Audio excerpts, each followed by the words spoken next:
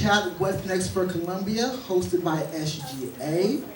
So we have these events about once a semester, right? We talk to President Kim about concerns about the college, issues, topics, what's on your mind, what's on our mind. About every semester, he comes here graciously to talk to you guys about different things. What are the goals that you accomplished this year, and what are your goals for next year?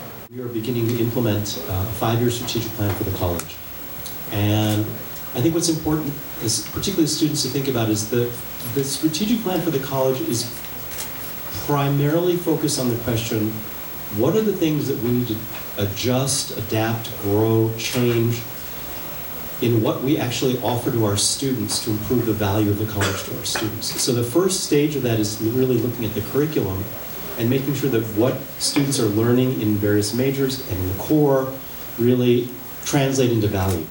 2 bills recently passed kind of concerning the math grant and funding about that. Now what I've read personally is that some of it's going to go to public funding, but they haven't, or public schools, but they haven't really talked about private institutions such as Roosevelt, Columbia, DePaul. So my question is, do you know any information on that and how it might possibly affect Columbia students? Yep. The latest is the state has suddenly, well, it's not suddenly, the timing is not coincidental that a massive number of students from across the state of Illinois rallied in Springfield, including students from Columbia. I think I heard there were hundreds of thousands of students, but maybe that number is too, anyway, there's a huge crowd.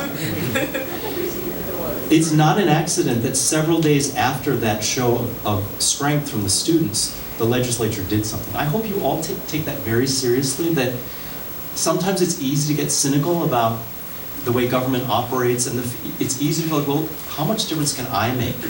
But this was one of those cases where the students actually showing up, I think, forced the legislature to take this seriously. And the other thing about math grants is, if as an institution you say to the state, we're not even going to accept math grants from our students. In other words, if you remove yourself from that group of colleges or universities, if the state comes through later with the math grants, you don't get anything. So see, it was a game of chicken, really.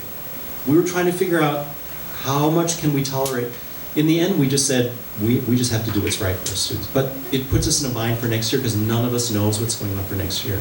A lot of students expressed concerns they have about the way that sexual assault cases are handled, mostly in Chicago in general, the way that Chicago Police Department handles them, but also on Columbia's campus. The challenge for us as institutions is that, of course, this is a critically important issue. The rules are so strict and give us no flexibility at all. So the first issue for us has been to make sure that we're in 100% compliance, or as close as possible, to federal regulations.